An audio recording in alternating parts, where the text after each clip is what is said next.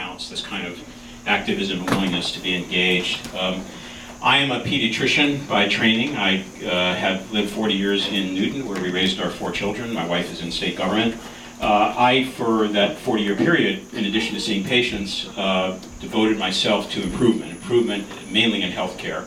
I became a student of the modern methods of quality improvement, total quality management that allow industries to be globally competitive. And I've been deeply involved in that at all levels in both government and the private sector. I was one of the people in the country that tried to bring modern thinking about improvement into healthcare. How do you eliminate infections? How do you do away with waiting times? How can you help make sure that healthcare is patient-centered, centered on the person, and that the people who get the care have the power? Because everything about modern approaches to making things great are that you turn to the customer, you ask the customer what they want, and you give them that. And that's true for healthcare, it's true for every sector.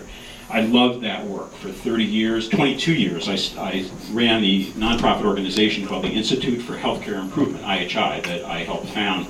And we worked all over the planet on making healthcare better. I was happy as a clam, and then got asked by President Obama, completely out of the blue, in 2008, to come to Washington to run the Medicare and Medicaid Agency, the Center for Medicare and Medicaid Services. $800 billion budget, 5,500 employees.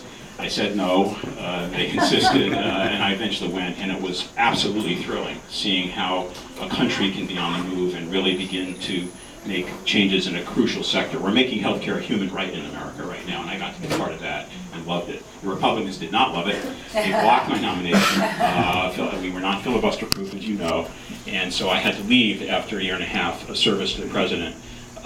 But I saw a government at its very, very best, what we can do with a progressive agenda, committed to human rights, devoted to really meeting people's needs where they are, and to listening to the people you serve. Crucial to me.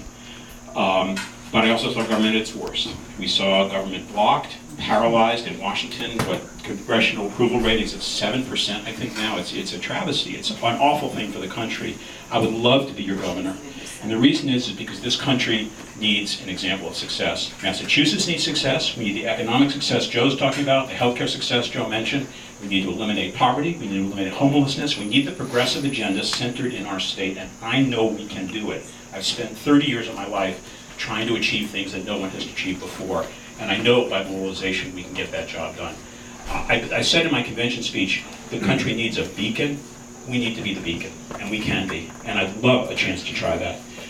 I know that that's possible with the proper approaches to government and leadership. I also know it's essential for the kind of activism I see in this room, and no matter who is governor. Let me just thank you for your willingness to show up, express yourselves, get out the vote. We get the government that we elect. And with people like you protecting the progressive agenda, making sure that we're going to become the kind of country we want to be, we have success for sure. Thank you very much.